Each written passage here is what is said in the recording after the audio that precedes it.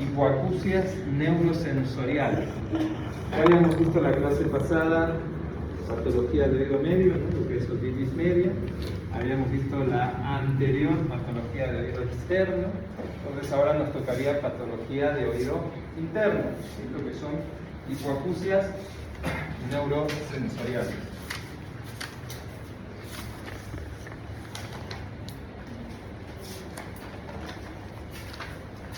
Bien.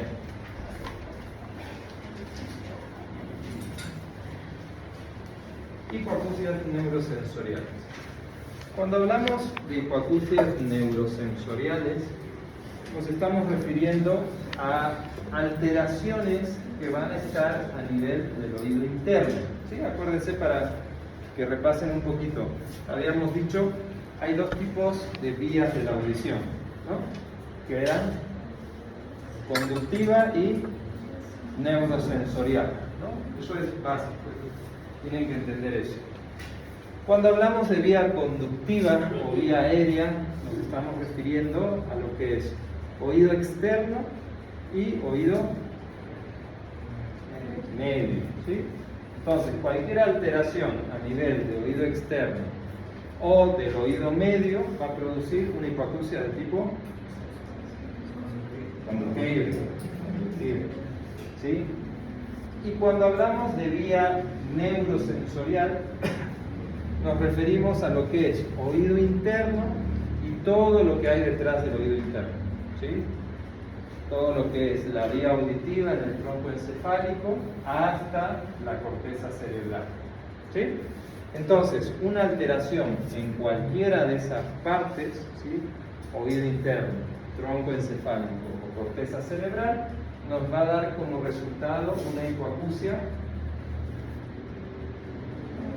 neurosensorial, ¿sí? Hipoacusia neurosensorial. Entonces, eso es básico que entiendan.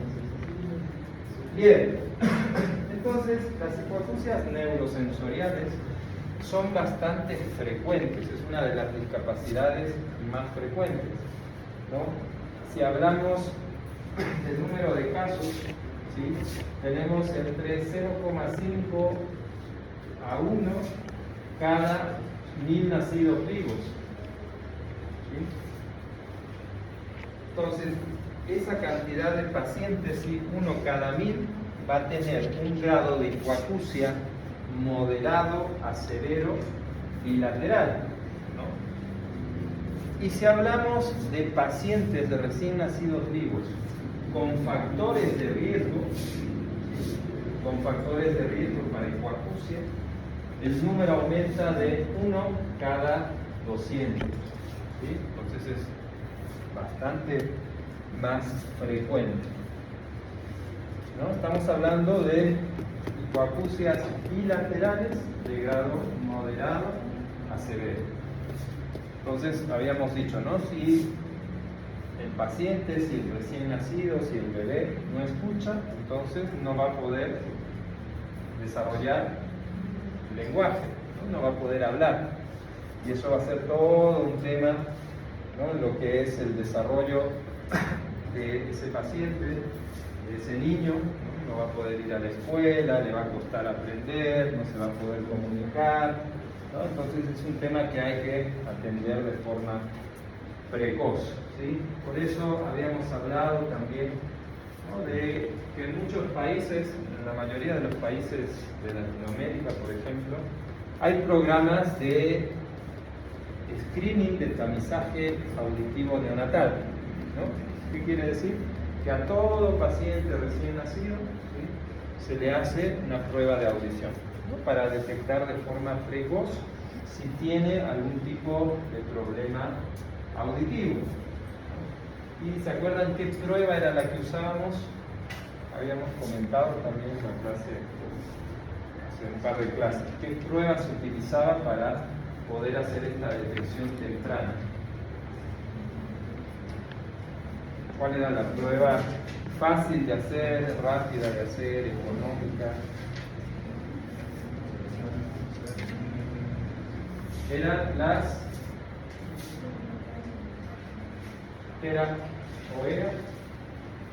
autoemisiones acústicas. ¿Sí?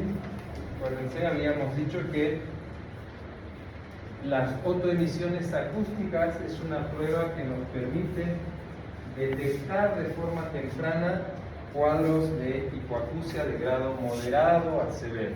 ¿Sí?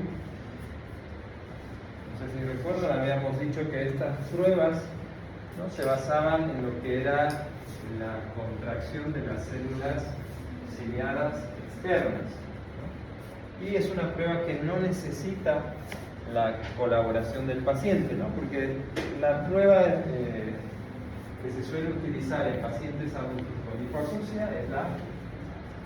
¿Cuál prueba es? Audiometría. La audiometría, ¿no? Pero es una prueba que depende de que el paciente siga ciertas instrucciones, ¿no? Un bebé no puede hacer eso, no puede seguir instrucciones, ¿no? Entonces, esta prueba de autoemisiones acústicas se puede hacer a pacientes recién nacidos porque no es necesario que el paciente siga ningún tipo de instrucción, ¿no? Se pone un micrófono se emite cierto tipo de sonido y se espera una respuesta. Entonces, bastante sencilla de hacer, económica, fácil, y se puede hacer, ¿no?, en cantidad, ¿no? Todo recién nacido de cualquier institución de salud, de cualquier centro de salud, debería hacer este tipo de pruebas, ¿no? Y después hay otras pruebas confirmatorias, ¿no?, cuando estas autoemisiones acústicas están ausentes, ¿no?, o sea que no se producen y sospechamos de una hipoacusia en ese paciente, se puede hacer una confirmación con otras pruebas, como por ejemplo los potenciales evocados auditivos. ¿Sí? Es una prueba ya de mayor complejidad, de mayor costo, necesita más tiempo para realizarse, ¿no?, pero es lo que nos va a ayudar a confirmar el diagnóstico de hipoacusia. ¿Sí? Bien, entonces, importante, lo que es el screening, el tamizaje universal neonatal es muy importante, ¿no? Ya Bolivia debería tener su programa de tamizaje neonatal. Bien, entonces, ¿qué tipos de hipoacusias neurosensoriales van a haber? Existen lo que son, si hablamos de clasificación, ¿sí?, podemos clasificarlas en lo que son las hipoacusias neurosensoriales hereditarias, ¿sí?, que constituyen más o menos el 50% del total de estas hipoacusias neurosensoriales. De este 50%, un 70% se presenta como única manifestación. O sea que el paciente solamente como manifestación clínica tiene el cuadro de hipoacusia. ¿Sí? Son los denominados hereditarios no sindrómicos. ¿Sí? El paciente nace y el único problema que tiene es la hipoacusia neurosensorial. Y tenemos el porcentaje restante, ¿sí?, el 30% restante de este 50%, que son sindrómicos. ¿Qué quiere decir? Que aparte de la hipoacusia neurosensorial, el paciente va a presentar otro tipo de manifestación clínica. En este apartado hay una variedad muy amplia de enfermedades que pueden cursar con hipoacusias neurosensoriales, ¿sí? No nos alcanzaría una clase para explicarlas todas, ¿no? Pero para que tengan una idea, ¿no?, varios tipos de trisomías, por ejemplo, bueno, esas ya no son hereditarias, pero suelen ser genéticas, ¿no?, alteraciones genéticas, ¿no?, las trisomías 21, 18, 9, síndrome de Alport, Pendred, un montón, una gran variedad de alteraciones genéticas que pueden producir hipoacusias neurosensoriales y están acompañadas de otras manifestaciones clínicas. Patologías oculares, ¿sí?, con cuadros de hipoacusia neurosensorial, patologías renales con cuadros de hipoacusia neurosensorial, patologías tiroideas con cuadros de hipoacusia neurosensorial, ¿no? Así, cada sistema, cada órgano, ¿no?, que esté afectado puede estar acompañado de un cuadro de hipoacusia neurosensorial. Y luego tenemos a lo que son las hipoacusias neurosensoriales adquiridas. ¿Sí? Quiere decir que hay un factor externo que va a producir un daño en el oído de ese paciente, lo que va a ocasionar un problema de hipoacusia neurosensorial. En este grupo de hipoacusias neurosensoriales adquiridas, que son las que vamos a explicar el día de hoy, ¿no?, aquí tenemos otros subgrupos. Están las congénitas o prenatales, están las perinatales y están las postnatales.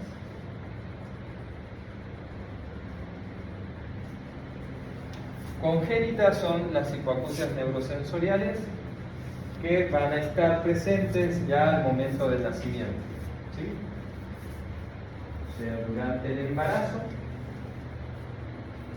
la mamá estuvo expuesta a algún tipo de situación que le produjo un daño, una alteración en el oído interno a este bebé, a este paciente, ¿sí?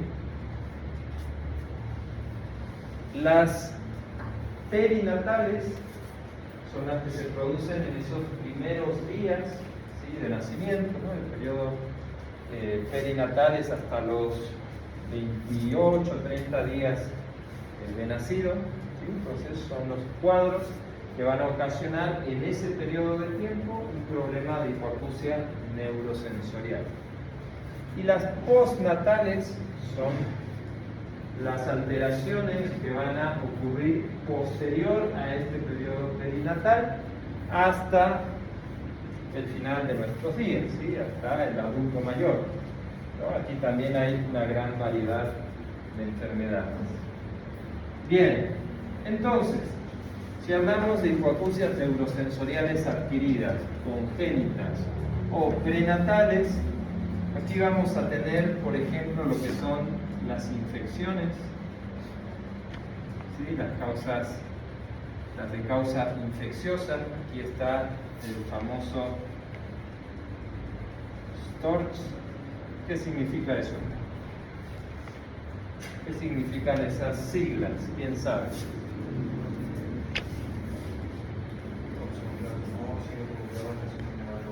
Toxoplasmosis, rubiola, citomegalovirus, herpes, las heces, síndrome, sífilis y SIDA, ¿sí?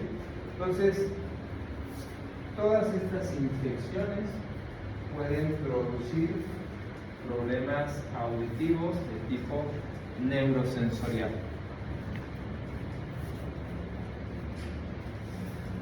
A veces la madre no se da cuenta de la infección, porque algunos cuadros, por ejemplo el citomegalovirus, ¿sí?, puede expresarse como un resfrío, como una simple gripe. Entonces la mamá no se da cuenta de la gravedad de la infección porque no sabe que es este citomegalovirus, ¿no? Y ya cuando nace el producto, el bebé, ya nace con esta lesión a nivel del oído interno. Otra causa durante el embarazo son los fármacos ototóxicos, ¿sí? Igual, ¿no? Muchas veces la paciente no sabe que está gestando, ¿sí?, sobre todo en lo que es el primer trimestre del embarazo. Entonces puede tomar distintos medicamentos que tienen un efecto de ototoxicidad, ¿no? Y van a producir daño a nivel del oído interno. Entonces es otra causa de hipoacusia neurosensorial. En la etapa perinatal, ¿sí?, también tenemos varias causas de hipoacusia, ¿no? Igualmente está lo que es la causa infecciosa, ¿sí?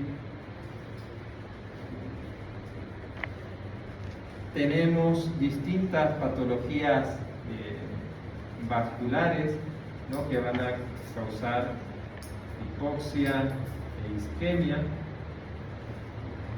¿no? Aquí tenemos que considerar muchos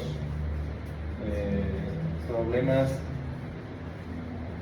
a nivel también de embarazo que van a producir repercusión en esta etapa, ¿no? Desprendimiento prematuro de placenta, hipertensión materna, diabetes, ¿no? Todo lo que pueda alterar la circulación, la llegada de sangre a este paciente, al oído, especialmente al oído interno del paciente, puede ocasionar hipoacusias de tipo neurosensorial, ¿no? Tenemos también lo que es el bajo peso al nacer, tenemos también lo que es la prematurez, tenemos lo que es la sepsis neonatal, tenemos también aquí lo que es la internación en UTI, tenemos también lo que es la hiperbilirubinemia, ¿sí? Entonces son muchas causas de hipoacusia neurosensorial en esta etapa perinatal, ¿sí?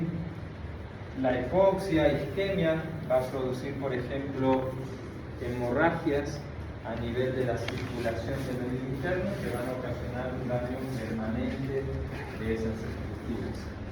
El bajo peso al nacer o la prematurez, muchas veces esto es causa de alguna infección prenatal. Entonces también está relacionado a la hipoacusia neurosensorial. La sepsis, ¿sí? Igualmente puede producir, ¿no?, un parto prematuro. Seguramente el recién nacido va a estar en terapia intensiva y en terapia intensiva se le va a administrar múltiples fármacos, antibióticos entre ellos, que pueden tener un efecto ototóxico, ¿no? Por ejemplo los aminoglucósidos, ¿sí? ¿No? A veces siempre hay que tratar de explicar a los papás, ¿no?, de que esta medicación, porque uno se puede preguntar, ¿no?, ¿por qué le dan esa medicación si saben que es ototóxico? Porque muchas veces no hay otra opción, ¿no? Y uno tiene que saber priorizar, ¿no? Poner una balanza que es la vida del paciente o los efectos adversos que pueda tener ese medicamento, ¿no? En este caso, la hipoacusia. Entonces, ¿a qué le va a dar más prioridad? A la vida del paciente, ¿no? Pues no queda otra que administrar ese tipo de fármacos, ¿sí? Obviamente va a tener su consecuencia más adelante, pero bueno, el paciente va a estar bien. Entonces son situaciones que hay que considerar en esta etapa perinatal. Y cuando hablamos de la etapa postnatal, ¿sí?, la etapa postnatal, que habíamos dicho es luego de la etapa perinatal hasta lo que es adulto mayor. Aquí también tenemos varias causas de hipoacusia neurosensorial, como por ejemplo tenemos la meningitis, ¿sí?, la meningitis bacteriana.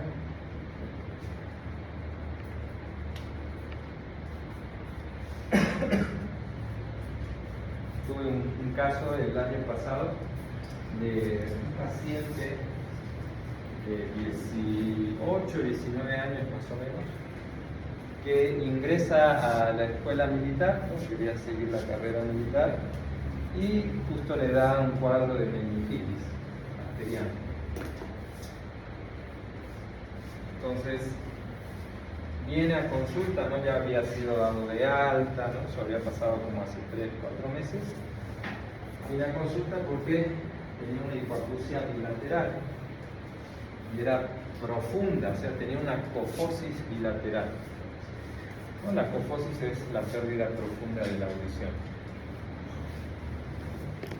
Entonces, ¿por qué pasa esto? El riesgo de las meningitis meningitis bacteriana es la osificación coclear. Ustedes recuerden la cóclea. ¿Sí? Habíamos dicho que es hueca, ¿no? Por dentro y tiene las diferentes rampas, ¿no? La rampa vestibular, la rampa timpánica, la rampa coclear, ¿no? Y dentro de esta rampa coclear, por ejemplo, está el órgano de Corti, ¿no? El órgano de Corti. Entonces, la meningitis bacteriana puede producir que todas esas cavidades se llenen de un tejido parecido al hueso. ¿Sí? Eso se llama osificación coclear. Todas las estructuras que están aquí adentro se destruyen por completo. Entonces el paciente queda con un cuadro de hipoacusia profunda, ¿no? Con una apofosis, con una anacusia. Entonces, en esos pacientes los audífonos no sirven, el implante coclear no se puede colocar porque no sé si vieron alguna vez un implante coclear, cómo se coloca. El implante coclear es un dispositivo que tiene unos electrodos y esos electrodos tienen que ir dentro de la cóclea, a través de la ventana redonda, ¿no? Se meten los electrodos y hacen el trabajo del oído interno. Entonces en estos pacientes no se puede hacer eso porque la cóclea ya no es hueca, sino que está llena de tejido óseo. Entonces tienen que ir a una opción que es el implante de tronco, ¿no? Y son cirugías que acá no se suelen realizar mucho, ¿no? Son muy caras, ¿no? Un implante coclear, imagínense, debe estar entre los $30.000 y $40.000 más o menos. El implante de tronco debe estar más, porque eso se hace también junto con neurocirugía, ¿no? Entonces, y tal vez, o sea, no es un 100% de éxito, ¿no? Tal vez se le hace el implante de tronco y tampoco escucha. Entonces, es una complicación bastante fea de la meningitis bacteriana, ¿no? Y un paciente tan joven, 18, 19 años, que quedó totalmente aislado, ¿no? Por esta apofosis, por esta anacusia bilateral. Entonces, es una de las causas de hipoacusia neurosensorial. Otras causas de hipoacusia neurosensorial en etapa postnatal son las infecciones también,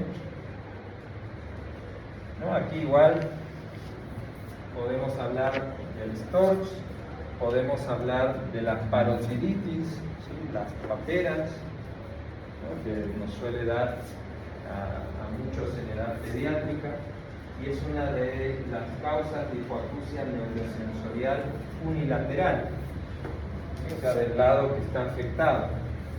Tenemos las infecciones por herpes también. Por ejemplo, habíamos hablado, no sé si recuerdan, cuando hablamos de patología de oído externo, había una enfermedad que estaba provocada por el virus de la varicela zoster. ¿Se acuerdan cómo se llamaba?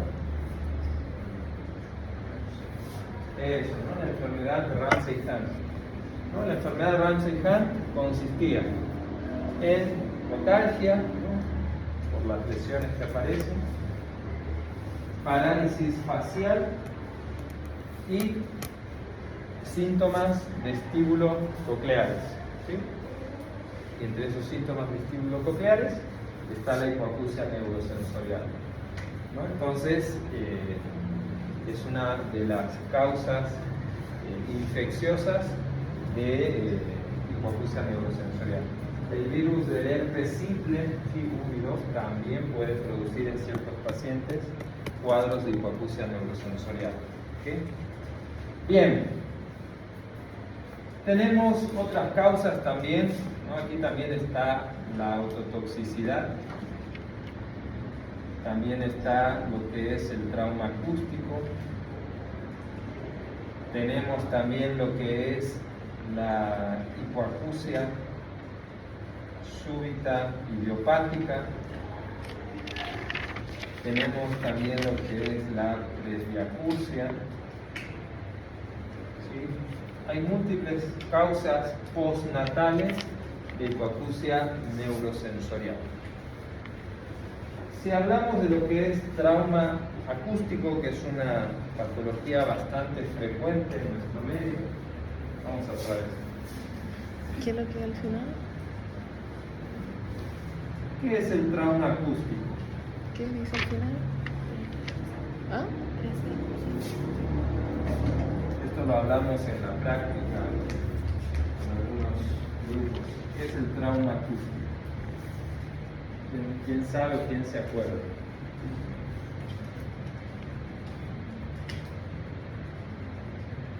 El trauma acústico, ¿sí?, es el daño de las estructuras del oído interno por la exposición a sonidos mayores a 90 decibeles de intensidad. ¿Sí?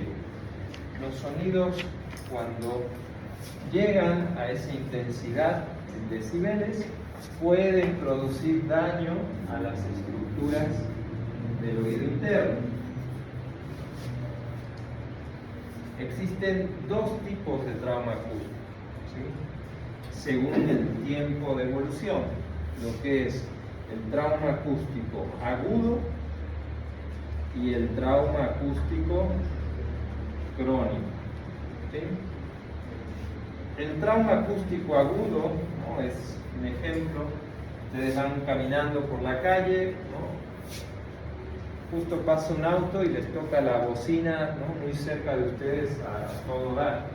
Y eso les produce un dolor, ¿sí?, una otalgia, un malestar, ¿no?, una algiacusia.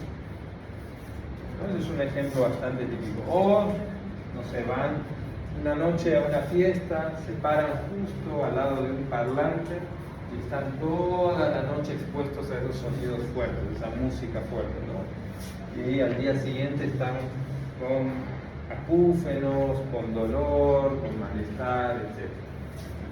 Entonces esos son ejemplos típicos de trauma acústico agudo, ¿sí? Son exposiciones cortas a sonidos muy intensos. En cambio, el trauma acústico crónico tiene mucho que ver, está muy relacionado con la actividad laboral del paciente, ¿no? Un ejemplo típico son los transportistas, ¿no?, los que trabajan manejando algún tipo de movilidad, que están expuestos al ruido del motor, a las bocinas, etc. Entonces, lo hacen durante mucho tiempo, meses, años, y esa exposición crónica a esos sonidos intensos les puede ocasionar una hipoacusia del tipo neurosensorial. La gran mayoría de los traumas acústicos agudos, ¿sí?, son reversibles. En cambio, los traumas acústicos crónicos ya es un daño permanente, ¿sí? Entonces, ¿qué manifestación clínica, qué manifestaciones clínicas va a tener el trauma acústico agudo y el trauma acústico crónico? El trauma acústico agudo puede cursar con otalgia, acúfenos, hipoacusia. Puede haber otorragia, ¿sí? ¿Cuándo creen que hay otorragia en un trauma acústico agudo?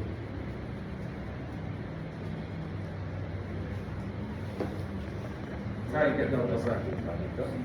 ¿Qué es la otorragia? ¿De? Fluido. Sangre, ¿ok? Entonces, ¿cuándo puede haber otorragia por un trauma acústico agudo?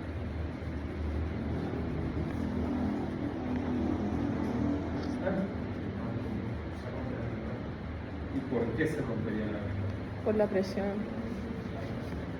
La presión ocasionada por qué? Para las penetraciones.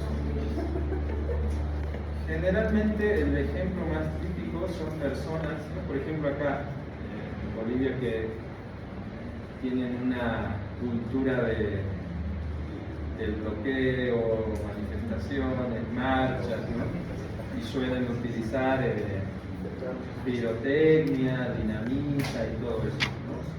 Entonces, muchas veces hay accidentes, ¿no?, que hacen explotar ese tipo de cosas, ¿no?, al lado del oído de alguna persona, y esa onda expansiva de la explosión, ¿sí?, va a ser la que va a ocasionar la lesión del tímpano. Eso se llama blast auricular.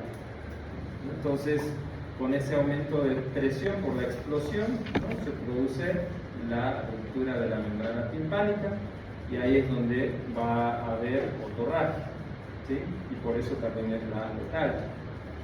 Entonces, son situaciones que ocurren en el trauma acústico agudo, ¿sí? En el trauma acústico crónico, las manifestaciones clínicas van a ser principalmente hipoacusia y acústica. Esas van a ser las dos manifestaciones principales. Bien, entonces, ¿cómo vamos a diagnosticar un trauma acústico?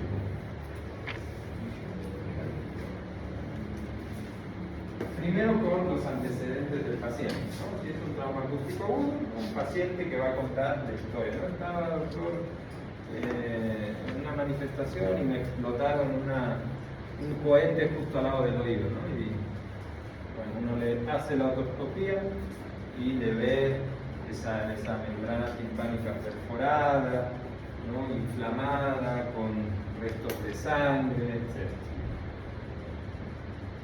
Entonces es mucho más sencillo, ¿no?, el trauma acústico agudo. En cambio, para el trauma acústico crónico, ¿no?, aparte de los antecedentes que nos pueda contar el paciente, ¿no?, es decir, sí, doctor, yo, no sé, un paciente, digamos, ¿no?, de 50 años. Hace 20 años, doctor, que trabajo en una fábrica donde hay maquinaria muy ruidosa y no uso nada de protección y siento que cada año mi audición va empeorando, etc. Suele ser ese tipo de historias que nos cuenta el paciente. Entonces aquí tenemos que pedir lo que es un estudio audiológico, que en este caso sería la audiometría tonal, ¿sí? La audiometría tonal. Entonces, es el método diagnóstico para los traumas acústicos crónicos. ¿Alguna vez vieron un audiograma? ¿Sí? El audiograma es donde anotamos los resultados de la audiometría, ¿sí? Entonces, es un gráfico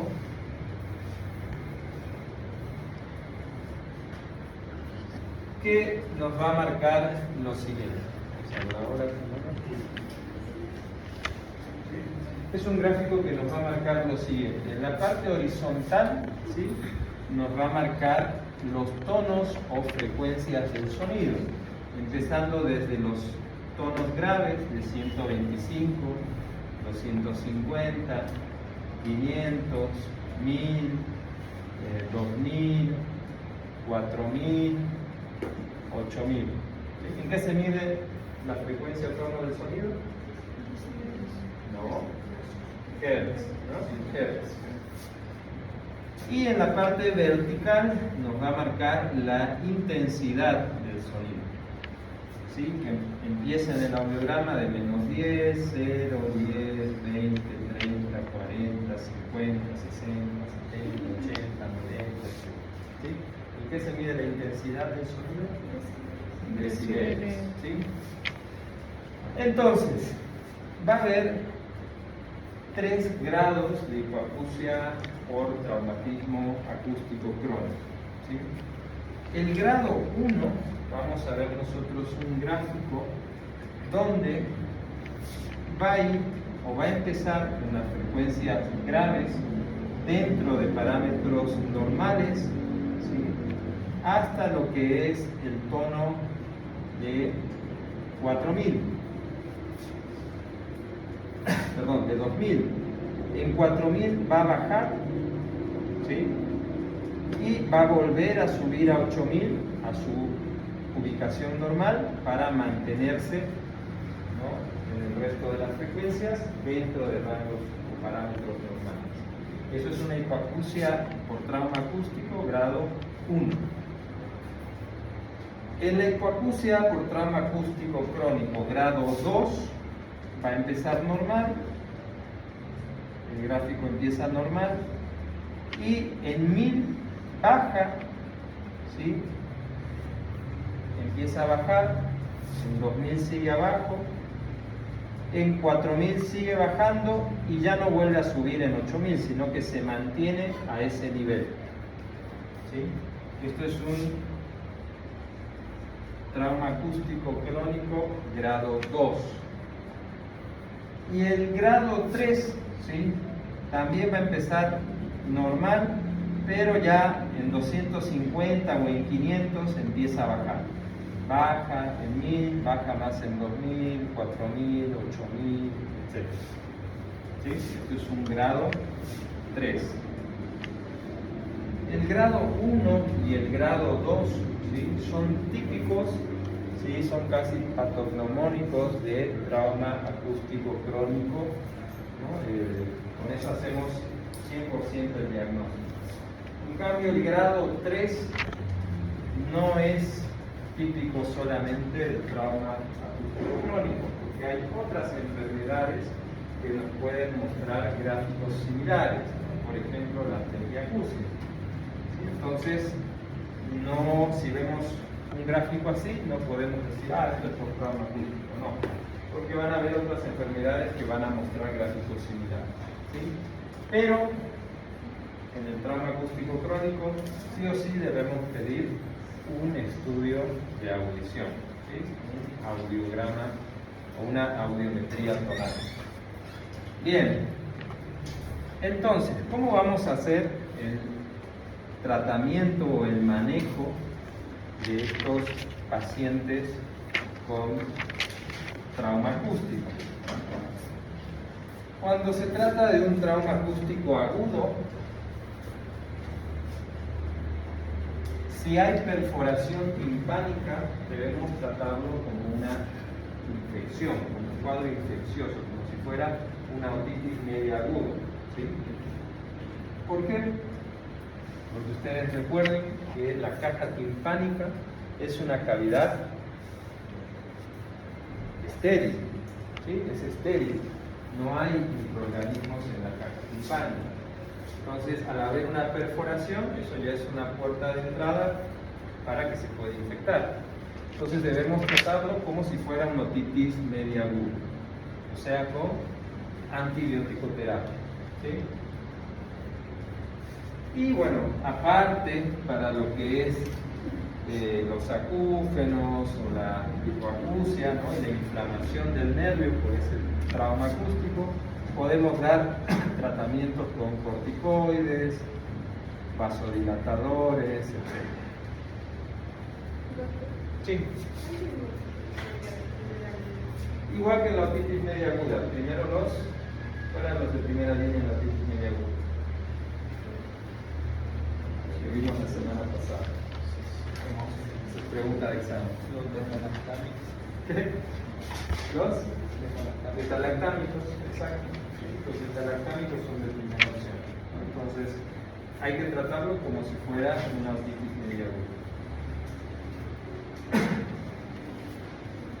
Y cuando hablamos de trauma acústico crónico, bueno, como ya les había comentado, el trauma acústico crónico produce un daño irreversible.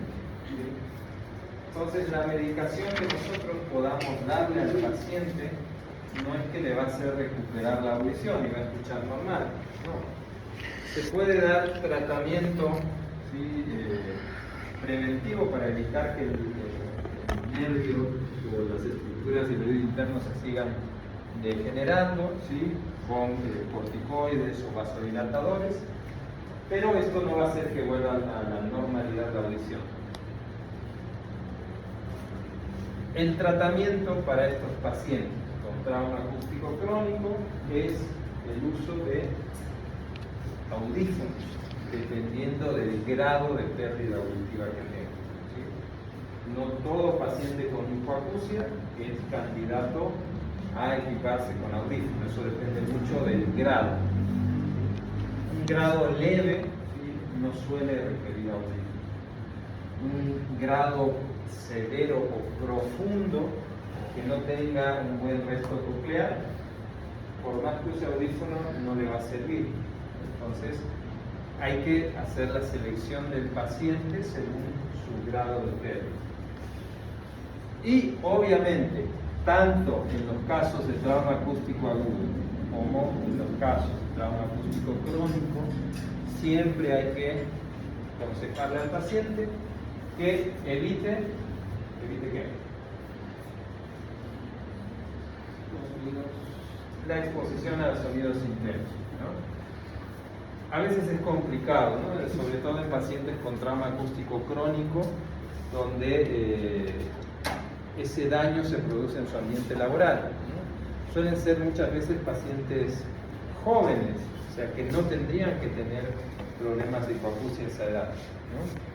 Entonces uno no le puede decir, bueno, deje ese trabajo y ya no se exponga a los sonidos intensos, porque ese es su sustento, es su fuente de ingresos, ¿no? Entonces no puede decirle de un día para el otro, bueno, ya no se exponga. Pero bueno, se le puede aconsejar que trate de usar protección auditiva, ¿no? Los tapones, los auriculares, etc. ¿Sí? Es importante hacer esas indicaciones a estos pacientes. Hay una cosa que pasa con lo que es el trauma acústico y los fármacos ototóxicos, porque muchas veces de qué va a depender que se produzca daño en las estructuras del oído interno en algunos pacientes y en otros no. Hay tres cosas que hay que tener en cuenta.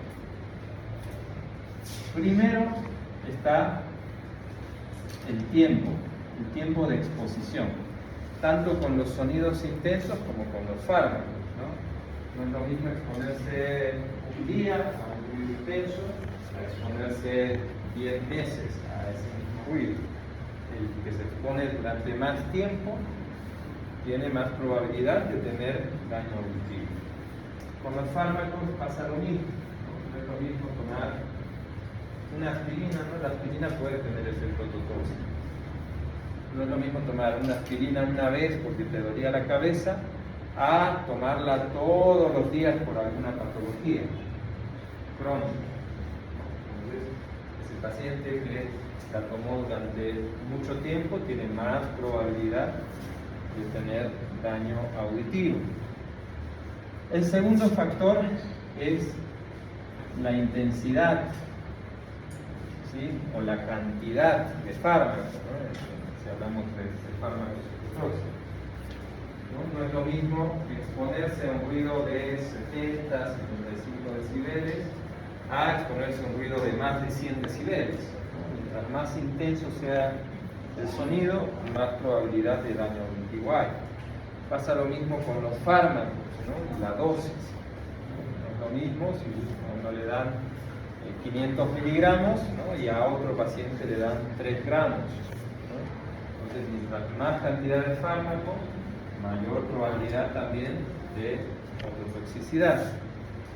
Y luego tenemos el tercer factor que entierra un poquito los dos anteriores, que es la labilidad coclear.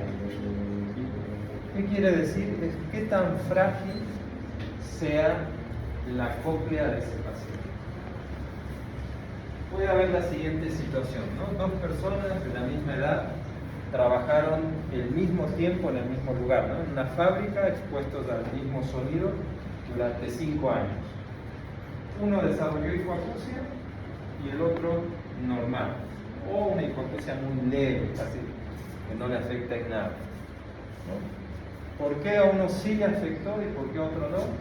Por su labilidad coclear. Sí, hay cócleas que son un poquito más resistentes, otras son más sensibles, ¿no? Y con la medicación puede pasar lo mismo, ¿no? Esto que les decía, un paciente toma todos los días aspirina, ¿no? ¿no? Y nunca tuvo problemas de audición, ¿no? Durante años. Y otro paciente, no sé, por un dolor de cabeza, la tomó una semana y presentó una hipoacusia neurosensorial. ¿Por qué? Por este problema también de la fragilidad de la labilidad de la boca. ¿Sí? Entonces, hay que tener en cuenta eso. Si hablamos de trauma acústico, también hay que tener en cuenta que los sonidos de tonalidad aguda, ¿sí?, son más dañinos que los de tonalidad grave. Entonces, se suele afectar más frecuentemente lo que es la base de la cóclea. ¿Por qué la base de la cóclea? Acuérdense que en la parte de la base de la cóclea está la selectividad para tonos agudos, ¿sí? Y probablemente dicen que se afectan primero esas regiones porque hay menos vascularización, menos irrigación. Entonces también es algo que hay que tener en cuenta.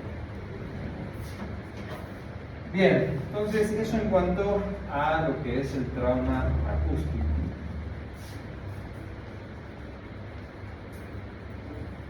Otra causa de hipoacusia neurosensorial que es importante que ustedes la sepan, que muy pocos la conocen,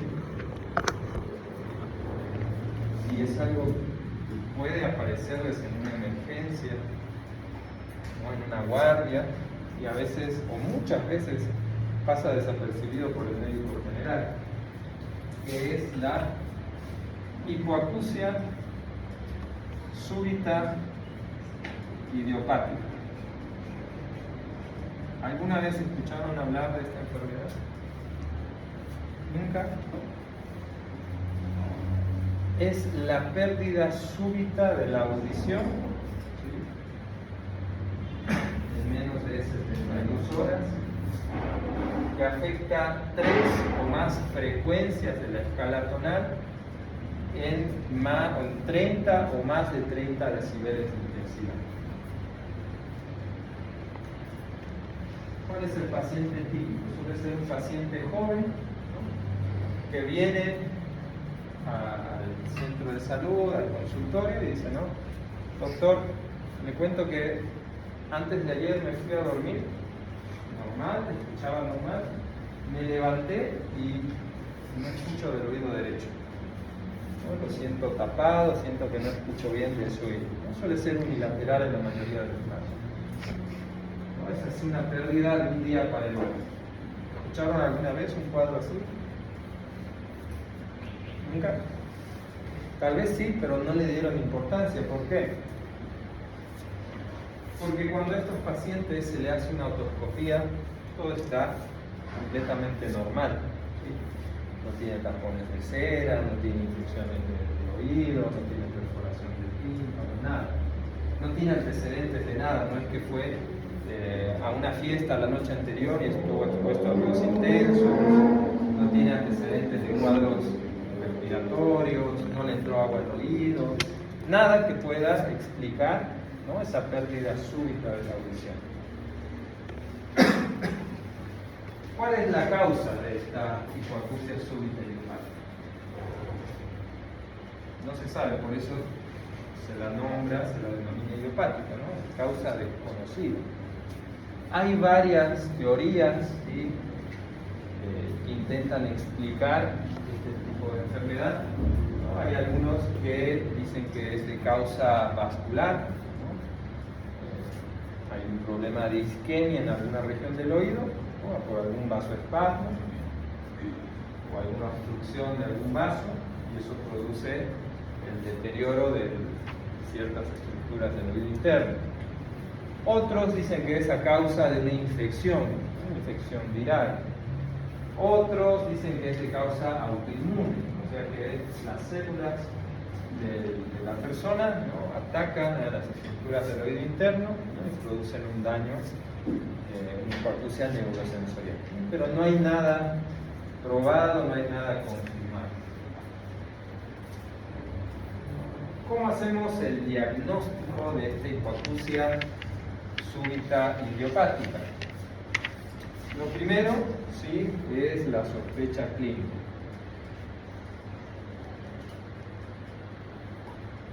Eso es muy importante, ¿no? Y eso es muy importante sobre todo en la atención primaria.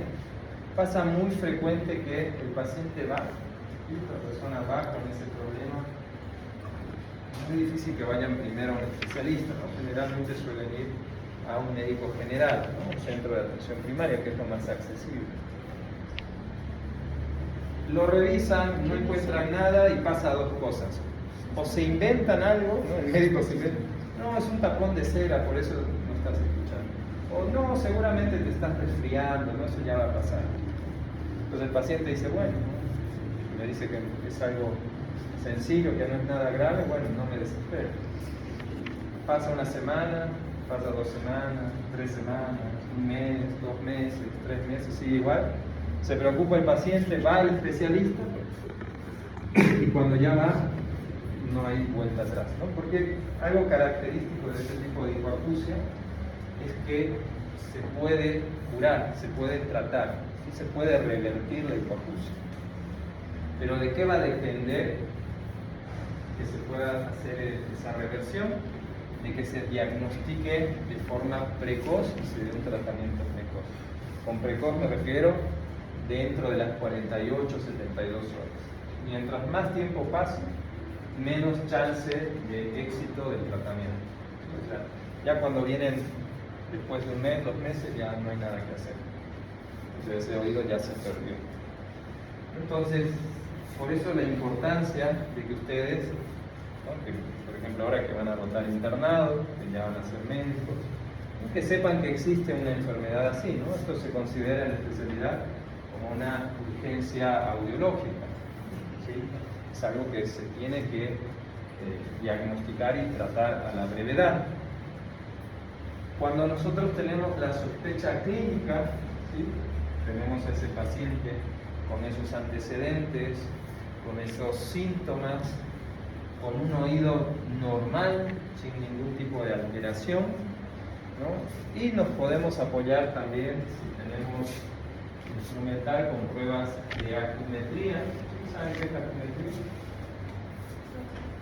Acumetría instrumental, ¿saben qué? Eso entra al examen. Sí, generalmente son las pruebas que no utilizan equipamiento electrónico para valorar la audición, como por ejemplo el diapasón. Entonces, entre las más conocidas están las pruebas de Weber y de Ring, ¿no? Entonces, son pruebas que uno puede hacer y que nos pueden orientar hacia qué tipo de hipoacusia tiene el paciente. Entonces, una vez que nosotros tenemos esa sospecha, ¿qué estudio le vamos a pedir para confirmar o descartar su enfermedad? La audiometría tonal. ¿Sí? Entonces le pedimos una audiometría de urgencia.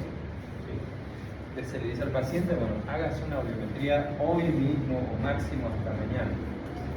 ¿No? Ese es otro problema. ¿Por qué? Porque si el paciente va al servicio público de salud, va a su centro de salud, ¿no?, y digamos que ese médico de ese centro de salud le da la importancia que requiere el problema y le dice, no, hágase este estudio o vaya al otorrino lo antes posible, le voy a hacer su hoja de derivación, ¿no? Entonces le hace su hoja de derivación, se va a 3er nivel y le dan el turno de aquí a 4 o 5 meses, ¿no? Entonces ya cuando tiene ese turno, ya demasiado tarde, ¿no? No sirve para nada. Entonces ese es un problema y muchas veces el paciente lo tiene que ir a hacer de forma particular, ¿no? Si tiene los medios, lo tiene que hacer de forma particular, ¿no? Porque de eso depende que pueda salvar su audición. Entonces, una vez que la audiometría nos confirma el diagnóstico de hipoacusia neurosensorial, entonces debemos hacer el tratamiento. ¿Y en qué va a consistir el tratamiento? Hay muchas líneas de tratamiento también. Depende de la escuela, ¿sí?, en la que se haya formado el profesional, ¿no? Los que creen que es de causa infecciosa suelen dar antivirales, ¿no? De su infecciosa viral. Los que creen que es de causa autoinmune suelen dar tratamiento inmunosupresor, como corticoides. Y los que creen que es de causa vascular suelen dar vasodilatadores. Y hay algunos que dan las tres cosas, o pueden hacer una combinación de tratamientos. En mi experiencia de los casos que yo tuve, nosotros teníamos una técnica con tratamiento con corticoides, pero no por vía sistémica, sino vía transtimpánica. O sea, le instilábamos la medicación directamente al oído a través del tímpano. Con unas funciones, hacíamos una función timpánica y colocamos la medicación para que se absorba hacia el oído interno. Tenía muy buenas tasas de éxito. Los pacientes solían recuperar la audición o mejoraban bastante la audición. Y tuvimos pacientes de toda edad, pacientes de 6, 7 años, hasta pacientes, el último que tuve, un paciente de casi 80 años, que lo trajo la familia, porque el señor tenía este cuadro, ¿no? Escribía eso, ¿no? Doctor, yo tenía problemas de audición, decía, ¿no? De mi oído izquierdo, pero el derecho escuchaba súper bien. Y hace 3 días que de repente dejé de escuchar de mi oído bueno, de mi oído derecho. Entonces le hicimos las pruebas, le pedimos una audiometría y salió una hipoacusia neurosensorial. Con todos esos antecedentes lo diagnosticamos como una súbita. Le hicimos el tratamiento, se le explicó al paciente, ¿no? Es un tratamiento para pacientes con hipoacusia súbita, para casos así.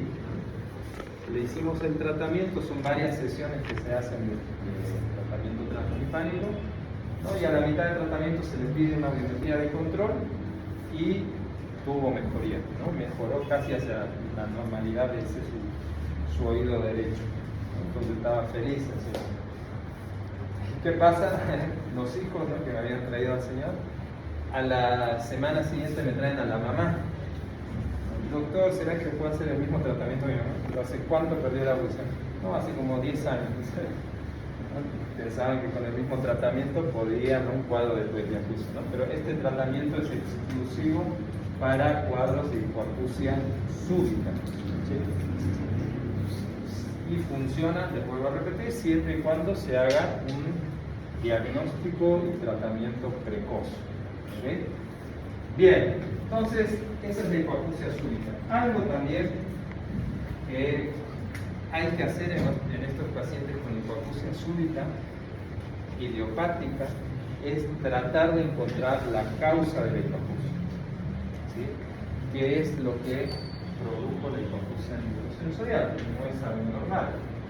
Entonces, en los protocolos, ¿sí?, indican solicitar una variedad de estudios inmensa, desde lo que son glucemias, perfil lipídico, perfil reumatoideo, anticuerpos anticocleares, ANCA, ANA, tiroides, serologías para todos los virus, ¿no?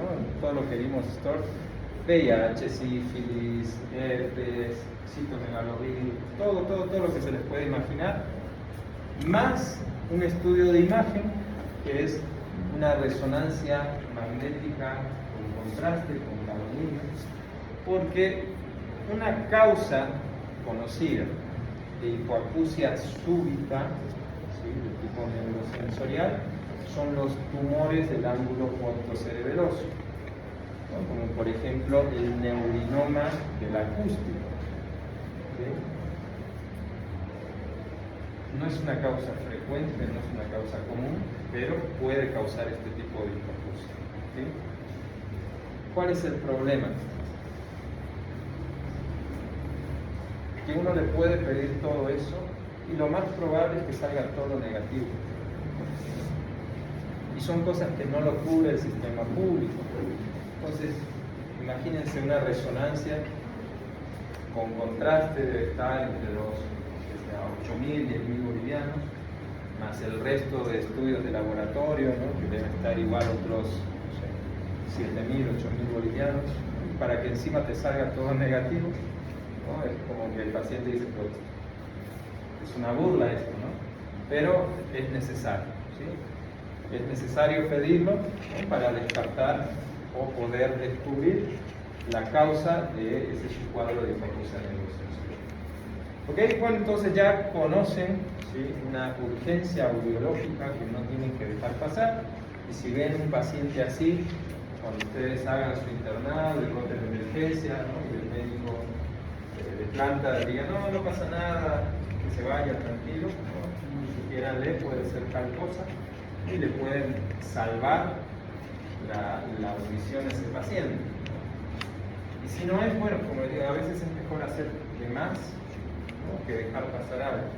Porque puede ser que el paciente gaste en hacerse una audiometría o en ir a consultar al especialista, pero si es que le acertaron al diagnóstico, le pueden salvar el oído o la audición a ese paciente. Entonces siempre tengan en cuenta. ¿Ok? Bien, vamos a quedar ahí. ¿Alguna duda, pregunta?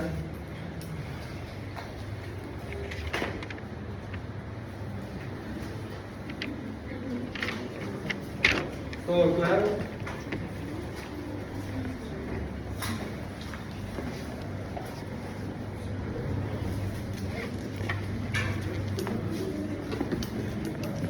¿Todo claro entonces? ¿Sí? Ok, acuérdense los temas para el parcial, vayan estudiando, ¿sí? Está fácil, aprovechen este primer parcial, ¿sí? Que no es largo, y bueno, buena suerte en su examen. Listo, nos vemos entonces la próxima semana.